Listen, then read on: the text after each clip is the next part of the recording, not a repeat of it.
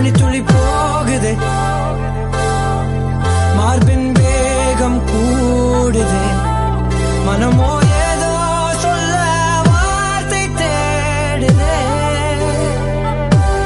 கண்ணெல்லாம் நீயேதான் நிற்கின்றாய், விழியின் மேல் நான் கோபம் கொண்டே இமை மூடிடு என்றேன்.